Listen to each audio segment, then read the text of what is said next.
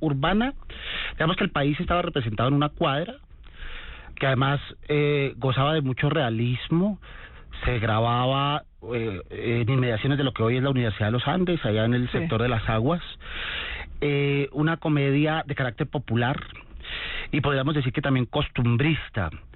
Es una comedia sobre el rebusque, pero también sobre el ciudadano que llega a la ciudad en busca de mejores oportunidades. Pero los personajes, el Culebro y ellos y Don Chinche mismo, ¿venían del campo o eran...? Todos, Don Chinche mismo hacía parte de esa gran tribu urbanizada, no urbana sino urbanizada, campesinos urbanizados que tuvieron que emigrar a las ciudades a acabarse de pauperizar y a sufrir y a aprender a su manera y a crear, a generar unas normas de convivencia, unas formas de sociedad totalmente distintas. Pero ahí había amistad, había colegaje, había vecinos, había el concepto de los vecinos que se ayudan, había el concepto del cachaco arruinado, que tratando de aparentar lo que ya no era, que era el abogado del doctor Pardito. Claro, pero eso lo había como reflejo de qué, de ese juego de la televisión verdad que estábamos haciendo, que era poner un espejo frente a las camas para que la gente se viera en los personajes. Eso me parece interesante como concepto, Mario. ¿Usted cree que el éxito de Don Chinche fue ese que nos puso un espejo al frente de las camas los domingos? Ahí estaba la identidad, la idiosincrasia del pueblo colombiano. En ese costumbrismo había cosas de valores que para resaltar de la comedia, por ejemplo, la solidaridad que tú acabas de mencionar. Pasara lo que pasara, el grupo el elenco dentro y fuera de las cámaras seguía siendo amigo. La dignidad. El ejemplo de la solidaridad, profesor, si lo podemos traer a cuento, en el cual se ve al policía y al ladrón, al galo, que en la calle, transitando normalmente, eran contraparte, pero en el momento en que había un rinconcito donde sentarse, eran vecinos del barrio y eran solidarios el uno con el trabajo del otro. Pues es que desde hace un año, María Isabel, la comedia está pasando nuevamente por la televisión pública. Sí, yo lo sé, yo la veo a veces, pero no es tan fácil, ¿no? Ya hay que buscar. Tiene 2 horarios, y el domingo es recargado, el domingo después de las 10 de la noche pasa, el rating lo estuve mirando, es un promedio de 150.000 personas actualmente, que es un número significativo de gente frente a la televisión. Interesante. Pero yo quisiera que Héctor, antes de hablar un poco de su vida, nos recordara quién era Don Chinche, qué era Don Chinche, a qué se dedicaba, en qué trabajaba, y si recuerda un poquito, y nos hace aquí el personaje un poquito. Don Chinche era un colombiano. Es la mejor forma de describirla. Rebuscador. Era un colombiano rebuscador, un colombiano todero. Avispado. Que es una forma de no aprender nada jamás. Sí, correcto. Don Chinche, pues tanto así que él supuestamente era maestro de obra, pero su verdadera vocación, y siempre ejerció así, era presidente de corporación. Presidente de corporación, claro. Así se llama el taller, la corporación. Así se llama el taller, claro. La corporación Pachinchemas. Sí. ¿Cómo hablaba el Chinche? ¿Y qué, señorita Elvia? ¿Fue que el tal Arturo la discontinuó o qué? Claro, yo así me imaginaba, porque todos ustedes son la misma vaina. Meras promesas y promesas. Pero es así, en cuanto ven una remuesco, ay, mesmito le pelan el ojo. En todo caso es cosa que se le agradece su sinceridad de haberme comentado que hay otro hombre en su vida. ¿Cómo llega usted a ese papel? Yo llego a ese papel haciendo la caricatura de los tipos populares con los cuales se convivía en la ciudad. Tipos populares compuestos de pedazos de país que llegaban a Bogotá a decantarse. Y yo mamaba gallo, que es el verbo que se tiene que emplear, las cosas por su nombre. Mamaba gallo en los pasillos, en Punch Limitada. Yo era gerente de una estación de radio. Y ahí, en los pasillos de Punch, nació el personaje que fue a la radio por una necesidad. Se me fue un locutor de la mañana, y yo lo reemplacé con ese personaje. Ahí entonces Don Chinche empieza en el radio. empieza en la radio. Capital, En Radio Capital. Sí, Y ahí me llamó Alicia del Carpio para que le hiciera ese personaje, Se llama Régulo en Gativá. que ella lo llamó Régulo en Gativá. Para los que El recuerden, personaje realmente no tenía... Alicia del Carpio, una española inmigrante en Colombia, una señora muy talentosa que tuvo muchos años un programa que se llamaba Yo y Tú. A mí me tocó de pequeña, era magnífico, obviamente blanco y negro. Y es el precursor de alguna manera de Don Chinche, aunque Don Chinche tiene unas connotaciones sociológicas que no tenía el Yo y Tú. Sí. Yo y Tú era una comedia, Don Chinche nunca fue comedia. Don Chinche era un cuadro de costumbre, Pepe Sánchez era un Ricardo Palma, Sí. era otra cosa. ¿Qué papel juega en toda esta serie un señor que veo aquí, Dunay Kuzmanic? Dunaf Kuzmanic era un cuñado de Pepe Sánchez, un chileno de origen serbio o alguna cosa, de un país de esos centroeuropeos, y era un hombre de cine. Además, en el país tiene historia de una Kuzmanic, sobre todo en Antioquia. Lo respetan mucho. Él ya murió. Y Dunaf fue coautor de muy buena parte de los libretos durante la temporada en que lo escribió Pepe, coautor durante la temporada en que lo tuve que escribir yo por ausencia de libretistas. Eso le iba a preguntar, o sea, ¿los libretos eran una creación colectiva? No, los libretos eran creación de un libretista o un cabeza de libreto, pero tenían algo de aporte de los actores, algo que de todas maneras no rompiera con el esquema de grabación, porque nosotros estábamos jugando a que había que conservar la memoria motriz y emotiva. Las dos cosas tenían que ir conjuntas, porque nosotros rompimos el esquema de grabación que había en Colombia, que era montar la escena como si fuera para teatro y colocar las cámaras donde entre 3 cámaras mínimo lograran captar el universo de la escena. ¿Y cómo lo rompieron? Lo rompimos trabajando con una sola cámara, Como si fuera cine. como si fuera cine.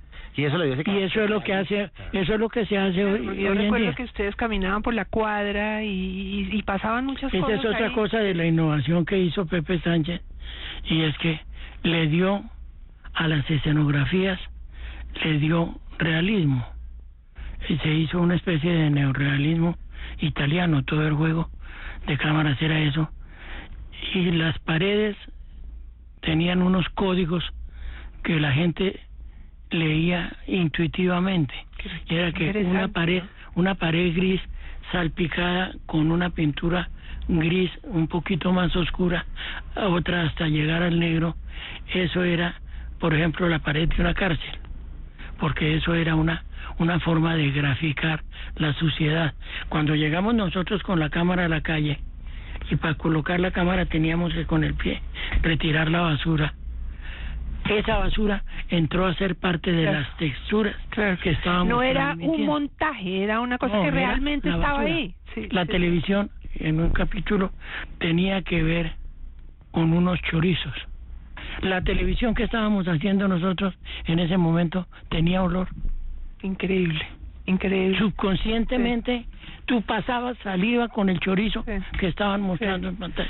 Analicemos un poco más esos cambios que está contando Héctor. Y que todo eso sucedieron. es la magia de un señor llamado Pepe Pepe Sánchez. Sánchez, sí. Porque, claro, uno vio el Chinche, le fascinó el Chinche, pero lo que está contando Héctor es que detrás del Chinche había una cantidad de cosas nuevas, de nueva televisión, de nuevas fórmulas, una cosa aventurada, bastante moderna para su momento. Analicemos eso, Mario. Eso era clave, porque no era la televisión interpretativa, no era la televisión, digamos, de transformación, sino la televisión espejo.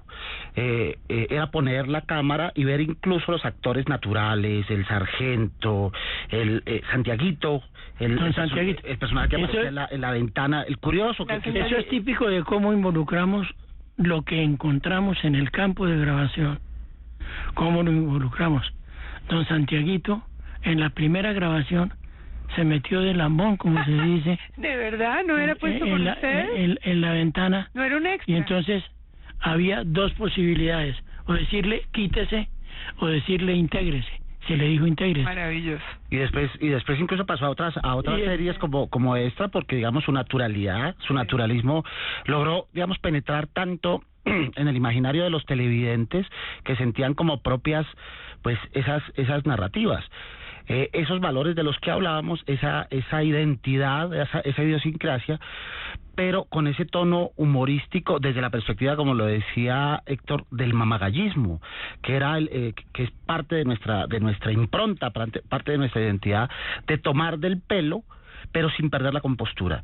Digamos, no era el humor de situación, no era gratuito, ramplón, no era vulgar, porque ahora el humor es las groserías más espantosas. Eso allá no, yo no me acuerdo que en Chinche dijeran groserías, ni fuera un humor ramplón ordinario. Por el contrario, y lástima que la disfonía de Héctor, sí. Por el contrario, el lenguaje que es otra característica identitaria de un sector social del país, era su lenguaje almibarado, su lenguaje rebuscado, su lenguaje lo cuidaba, de apariencia, lo cuidaba. Mira, eso del lenguaje se ve reflejado también en el vestuario. En la vestimenta. Era el bestiario. El bestiario. Era el bestiario. Todas esas texturas y esos colores, todo ese abigarramiento que se notaba en el vestuario de Don Chinche, muchos personajes posteriormente lo han utilizado como recurso para hacer reír. En Don Chinche no era un recurso para hacer reír, era la elegancia. Don Chinche era Bob Brumel. Pero era tremenda corbata. Era tremenda elegancia. Sí. Pegando ladrillo a tal extremo que pegaba ladrillo con corbata. Elegancia, claro. pero tremenda. Porque era su concepto de la elegancia. Claro.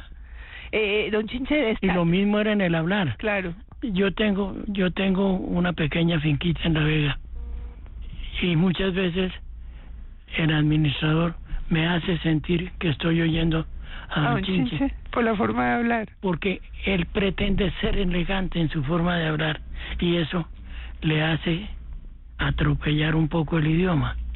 Eso no era un recurso para hacer reír, era una forma de ser sociológico, una forma de ser que además era propia de cada personaje.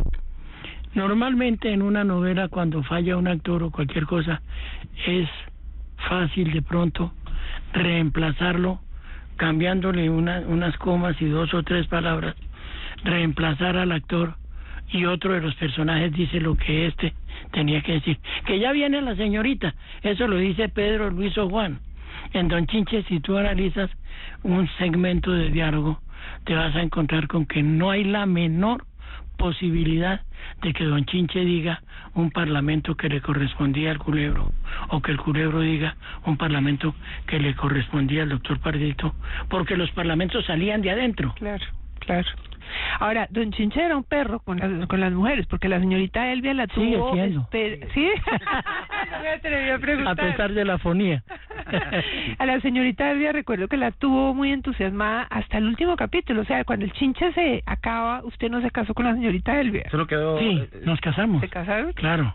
Pero no quedó registrado. Sí, claro. Sí. Además, fue un capítulo que lo escribí yo. Fue un capítulo de 1 hora, lo escribimos con Duni. Sal y Pimienta, en Caracol Radio. ¿Qué pasa con un actor, Héctor, que me imagino que eso es universal, no es una pregunta para Héctor Ulloa, sino para todos los actores que encuentran un papel de su vida como fue ese el suyo, aunque no desconozco que tuviera otras cosas profesionales muy interesantes, pero ese fue el papel de su vida. Cuando uno se acaba una serie donde uno se entrega tanto como usted se entregó ahí, se le acaba lo demás, el futuro, porque queda tan grabado, tan identificado con ese papel, que se le acaba un poquito la versatilidad. Eso es válido si el actor está finca todo su futuro, todo su presente y su futuro en ese papel. Pero yo no, yo hacía otras cosas en televisión. Yo fui todo el tiempo ejecutivo de RTI Televisión. ¿Que ya terminaron? Bueno, terminar, lo que se dice terminar, ya casi. ¿O fue que te tiraron en la estufa? Porque mamá me puede matar. Es que susceptible la vicaria, no, mejor dicho, lo que es la parte de estufa propiamente dicha, pues ya reacciona correctamente, ¿no? Músico, Además. compositor. productor. Yo tenía una actividad. Lo que sí procuré por decisión propia fue blindar el personaje, no desgastarlo. Entonces yo no actuaba en otras cosas que de pronto se pudieran parecer a Don Chinche, porque eso contaminaría el personaje y no quise asumir esa responsabilidad. Pero lo que es increíble es que acaba la vida, me contaba Mario que Héctor termina en la asamblea de Cundinamarca. Diputado de la asamblea y asesor Eso cultural. yo no lo sabía. Como consejero de gestor cultura cultural del en La Vega gobernador y- durante 4 años. O sea, termina haciendo política. Servicio público, prefiere llamarla Don Chinche. Siempre- Cuando uno necesita un Siempre he voto, dicho es que- política, perdón. Claro, pero es que mire, eso es bueno contarlo. Yo estaba terminando la Caponera cuando me metí en la campaña para diputado de la Asamblea. Fijé mi sede de campaña a 50 metros de la puerta de RTI. Entonces yo salía con el vestuario de la novela y con el maquillaje de la novela a atender mi, entre comillas, clientela política. Todo el mundo dice que yo fui elegido por ser Don Chinche. Yo tengo la idea de que la gente me recibió por ser Don Chinche, pero tenía en mi contra convencer a la gente de que detrás del payaso había unos valores que se podían proyectar. Claro. Eso tenía unas ¿Y lo logró? connotaciones distintas. Creo que lo logré. ¿Cree, Mario, volviendo a mi pregunta, que una persona cuando tiene tanto éxito en un papel termina acabándose ese papel y teniendo muy difíciles posibilidades de encarnar otra cosa que no recuerde ese personaje inolvidable? Por lo menos desde la perspectiva del televidente uno le queda la idea de que Héctor Ulloa y el Chinche son las dos caras de una misma moneda, digamos que son inmodificables, que no se pueden desapegar.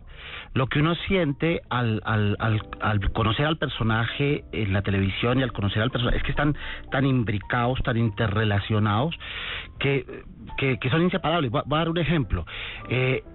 Digamos, este tipo de personajes en la televisión se llaman spin-off, los personajes secundarios que paulatinamente logran su nivel protagonístico, que fue lo que le pasó al primer personaje, a Régulo Engativá en Yo y Tú, con Don Chinche, que fue un spin-off y que logró tener su propia esencia, su propia naturaleza.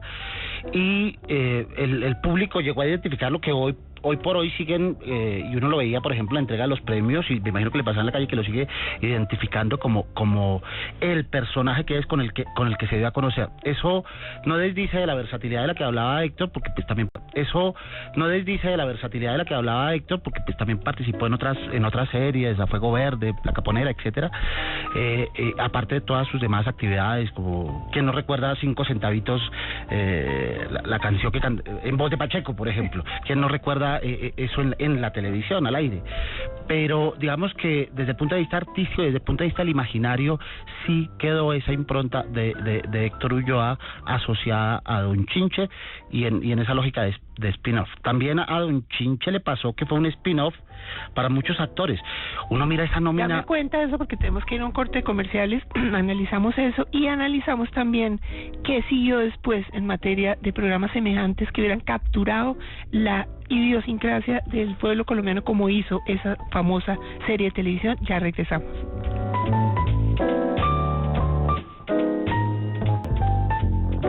Estamos aquí haciéndole un homenaje a ese maravilloso personaje de la televisión que es Héctor Ulloa, que acaba de ser este año escogido como premio India Catalina por su vida y obra. Y Héctor, de verdad, me siento muy contenta de tenerlo aquí, porque si algo es merecido es ese reconocimiento a su vida, que como usted nos acaba de explicar, no fue solamente por cuenta de su papel más conocido como Don Chinche. Usted ha sido un hombre de medios, un hombre de radio, un hombre de música, un hombre de empresa, y ahora nos enteramos también un hombre de la política un poco, o del servicio social. De manera que estamos muy contentos aquí con él. Mario, usted tenía la palabra. Gracias, María Isabel. Mira, es que digamos que otro de los valores de Don Chinche fue haber servido como una especie de clúster para dos cosas. Primero, porque es que la nómina de actores, si uno mira esa nómina de actores principales, es un lujo. Principales que eran todos. Que eran todos, pero los Recordémoslo. eventualmente secundarios también. Entonces los principales eran este nombre, Francisco Eladio Chemas Maecha, el Chinche, de ahí sale el nombre. Pachín Chemas. Pachín Chemas. Hay una anécdota, María Isabel, lo de Pacheco, ¿es cierto que de ahí surgió el nombre del Chinche o realmente surgió por la fusión de estas dos palabras? El nombre del Chinche surgió como una contraseña de Pacheco para saludar a una novia con no muy sanos propósitos. Uy, historia patria. O sea que yo le debo a él el nombre y él me debe la conquista. La novia. Me debe la novia. Una maravilla. Bien, Bueno. pues Hernando Casanova, Sí. Chela del Río, Sí. Silvio Ángel, Humberto Martínez, Paula Peña, que después pasaría a Dejémonos de Vainas, Sí. Gloria Gómez, Esa fue una gran comedia también, ahora la recordamos. Víctor Hugo Morán, y al final yo quedan, digamos, los estelares, porque sí, es cierto, todos eran protagonistas. Pero miren los secundarios. Luis Eduardo Arango, Sí, que hoy es importantísimo. Sí. importantísimo. Víctor Mayarino pasó por Imagínese. ¿no? Además, los dos hicieron unos papeles inolvidables. ¿Y qué hacía Víctor en...? Eran un par de buceteros, un par de joyas. De ahí surge luego Las Romeo y joyitas, Buceta. Claro. De ahí se formó. Ahí salieron una cantidad de programas satélites. A eso iba la observación, que a su vez este programa se convirtió en una especie de clúster para otro tipo de programas. Salió Romeo y Buceta, Sí. con el costumbrismo y además con la dirección y el realismo de Pepe Sánchez y con el tratamiento audiovisual de Pepe Sánchez. Personajes que luego se metieron en otros programas. Eutimio Polanía en el show de Jimmy, por ejemplo, que creó los Recochan Boys, los recordados Recochan Boys. Sí. Y así paulatinamente uno mira los actores. Y Dejémonos de Vainas, Dejémonos de que Vainas, fue Paula una gran Peña. comedia, pero yo recordaba que era simultánea, ¿no era simultánea con el Chinche? En algún tiempo alcanzó a convivir. ser simultánea porque el Chinche estuvo al aire hasta el 93 en la segunda versión y ya estaba Dejémonos de Vainas al aire. Bueno, yo les voy a hacer ahora una pregunta brutal. ¿Qué ha pasado en la televisión colombiana desde Don Chinche a hoy? Que estamos en esas cosas de esos, yo me llamo, yo hago, el talento colombiano, que bastante difícil de apreciar porque qué ramplonería tan espantosa. Se ampliaron los mercados y se globalizó la televisión. Y perdimos Y eso sello pierde propio. la autenticidad. Analicemos ese punto que me parece un diagnóstico muy interesante, Mario. Perdimos el sello propio. Digamos que terminamos por copiar en noticias de televisión. Son franquicias, para aclararle a los televidentes, son franquicias todas esas, yo quiero ser millonario, ¿quién quiere ser ¿Quién quiere millonario?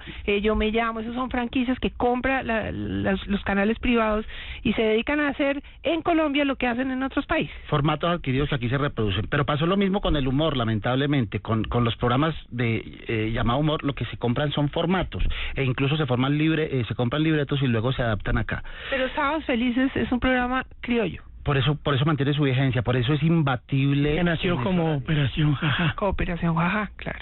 Y por eso es imbatible, porque de alguna manera nos representa el colombiano que llega a la oficina y lo primero que hace es echar un chiste, el colombiano que se conecta a internet y lo primero que hace es mandar un chiste, que es como la manera de O una vieja en pelota. celebrarnos, o una vieja en pelota, o un chiste con la vieja en pelota, ¿cierto? Es la manera como de celebrarnos que tenemos los colombianos, por eso quizás somos los más felices o entre los más felices del planeta, que tenemos la manera de contarnos y de alegrarnos la vida.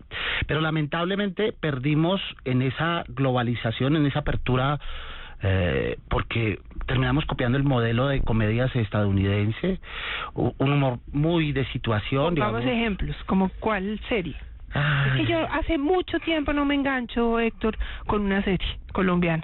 Puede que uno pase por las novelas y mire Los Sapos y esas cosas, pero es que yo no me perdía un capítulo del Chinche porque me hacía ser feliz, por eso yo lo recuerdo con tanto cariño su personaje. Yo fui feliz esos 10 años donde teníamos la posibilidad de mirarnos. Mira, hay un lugar común que a mí me gratifica plenamente, me encanta, y es que la gente que vio Don Chinche en esa época, que es distinta a lo que lo está viendo hoy, es gente que casi toda empieza diciéndome muchas gracias. Lo quería saludar para darle las las gracias por los momentos tan felices que nos hizo vivir. Es muy común que me lo digan en ese tono. Qué bonito, ¿no? Claro. Cosa reconfortante que la carrera de uno le produzca agradecimiento a alguien, porque a mí la mayoría de las personas me insultan, pero bueno. Pero terminará agradeciendo. Algún día. Bueno, seguridad. sigamos entonces analizando la televisión colombiana. ¿Qué está pasando hoy acá? Entonces, ¿Qué está pasando con los canales públicos? ¿Qué está pasando con los canales privados? ¿Hacia dónde vamos? bueno, ¿Cabe un Don Chinche otra vez? perfectamente cabría. Lo que pasa es que cuando a los canales llegan a los cargos directivos ciertas personas con un interés particular, pues ese interés particular termina por sobreimponerse en la parrilla. Entonces, si a los cargos directivos, a las vicepresidencias creativas llegan libretistas de dramatizados, pues el dramatizado tendrá mayor preponderancia, que es un poco lo que le ha pasado a los canales privados, que a sus vicepresidencias han llegado personas que tienen interés en la telenovela. Y por eso la telenovela alcanzó, esos niveles. Y alcanzó también los niveles de saturación, pero dejaron de arriesgarse en el melodrama, porque es que el melodrama podría llevar consigo la condición de humor, como lo demostró Gaitán en sus varias producciones, en Betty, en Hasta que la plata nos separe, etcétera. Porque ¿qué diferencia hay entre una telenovela y Don Chinche? Don Chinche, digamos que es un programa seriado que tiene una historia unitaria, es decir, que comienza y termina ese mismo capítulo, pero que su herencia y su tradición se mantienen a lo largo de la serie. La telenovela, en cambio, tiene un hilo narrativo que se va desovillando de 0 a 100. día, de 0 a 100. Ya. El componente de Don Chinche, el humor. Ahora, el problema es que no tenemos programas de humor, pero hay mucha gente con ganas de escribir humor y muy buenos actores para hacer humor. Perdón, me da la impresión de que hay mucha gente con ganas de escribir chistes. Eso sí es la Que diferencia. es distinto. Sí. Esa es otra cosa. Ese es el problema. Ahora, porque Betty, que fue también una cosa maravillosa, tenía mucho humor. Sí. Era un humor negro alrededor del concepto, pues, de la figura de esa mujer que se va volviendo la más importante y que también fue un espejo, ¿no es verdad? Y también costumbrista de lo También urbano, costumbrista. Sí, claro. de la oficina, del quehacer de la oficina, que fue lo que logró capturar Gaitán, ese quehacer, esa anécdota diaria llevada al libreto. Pucha, ¿será que no hay nadie si perdí la avenida? ¡Ay! Pucha, se les agradece la recepción, ¿o yo? Claro, seguro es la gente del servicio que le importa nada hacer basura, no, pero tampoco es justo que se tire en la terraza. Hacer humor o incluir el humor es bastante arriesgado, ¿verdad? Porque del humor al ridículo hay un paso así de chiquito. Pero además hay una cosa más, y es que el costumbrismo de alguna manera está vetado en la televisión colombiana. No sé si sucede en otros países.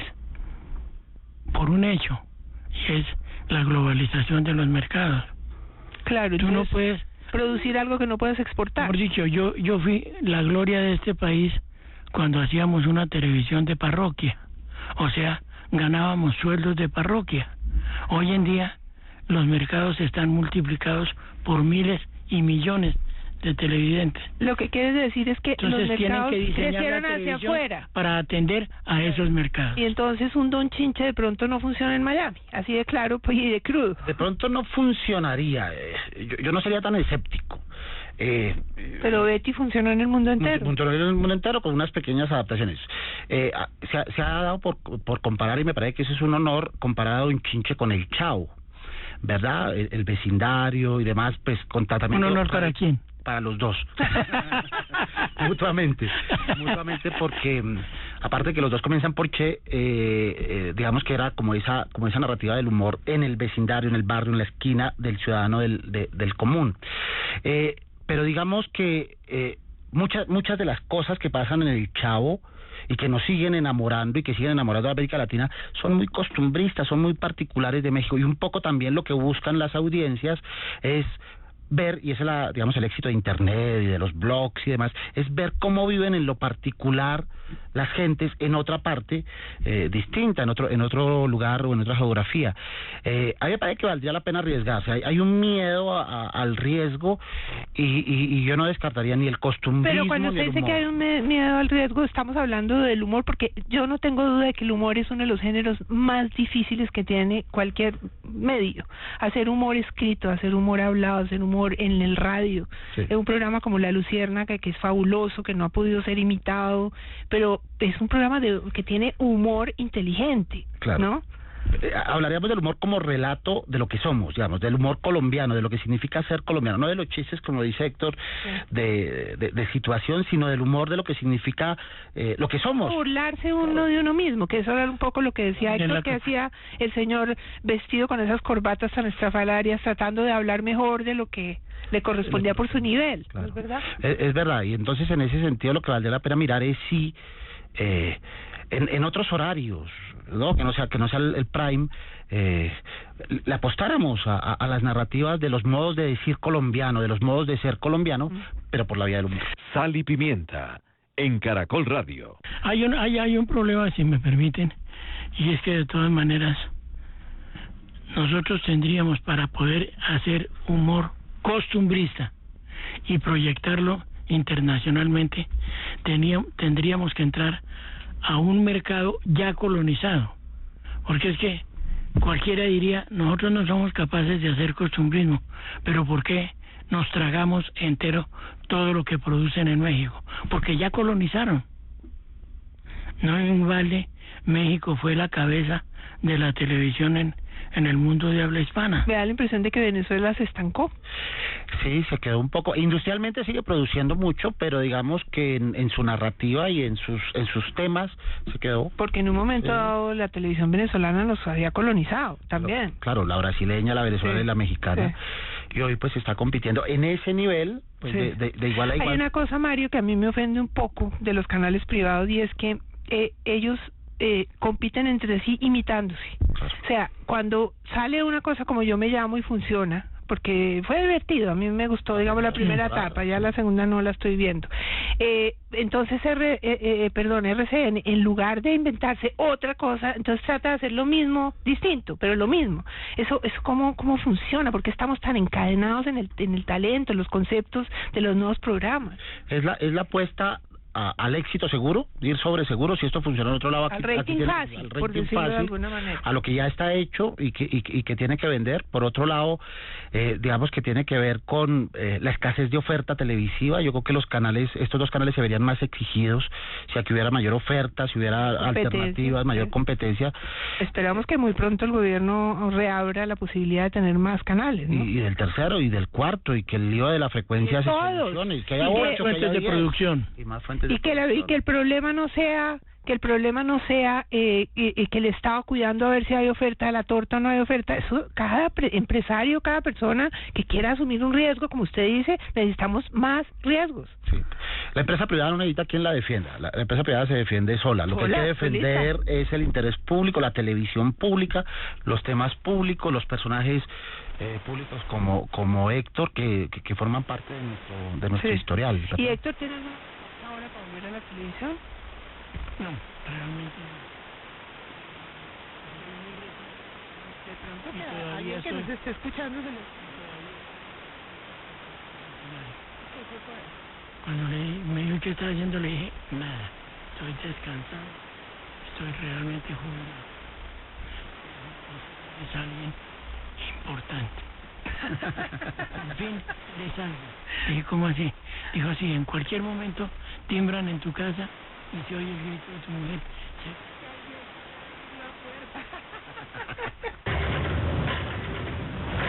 Ay, ahora el socio pues se pegó al teléfono como si no hubiera visto uno en su vida.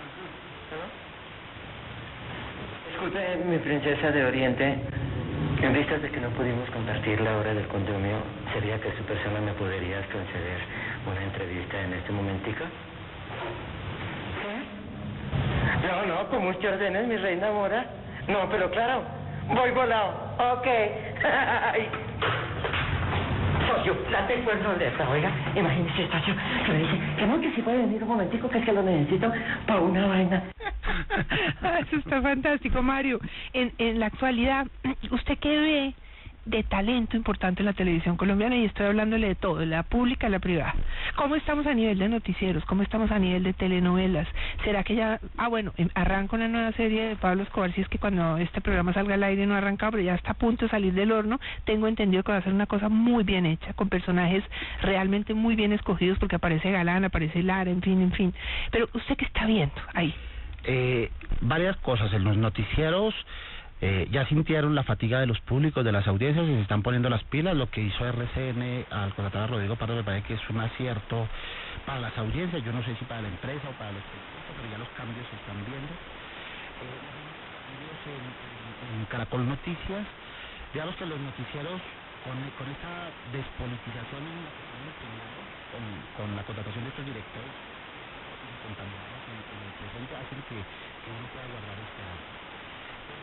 En el prime, el pesimismo, porque seguiremos yendo por el camino fácil, por el camino del éxito seguro, en esta pugna publicitaria donde no hay respetos por los horarios. Perdón, por las si me permite decir una cosa, es que estamos jugando a una cosa, a que la televisión que se ve en Colombia no lo están produciendo para el mercado internacional, y como subproducto la transmitimos nosotros. Pero yo veo que eso es un poco inevitable por la globalización, eso es cierto, pero la globalización, que es imparable, así uno quisiera decir, no, vamos a ver, pues es que tienen que buscar nuevos mercados por fuera, y eso imprime carácter, como dice Héctor, estoy de acuerdo con él, a las cosas que se están haciendo. Claro, los productos tienen que ser rentables. Es una maldición, Mario y Héctor, que uno a las 8:30 de la noche prende la televisión. El concepto de la aldea global. ¿Dónde está la opinión? ¿Dónde está el análisis? Estábamos hablando por fuera de micrófonos que si algo ha hecho Internet es dejarnos claro que nadie va a poder ya competir, ningún medio de comunicación existente se va a poner a competir por la velocidad, porque la velocidad, la dueña de la velocidad se llama Internet, no se llama un medio en particular, ni el tiempo, ni el espectador, ni la CNN, pero el análisis sí está recuperando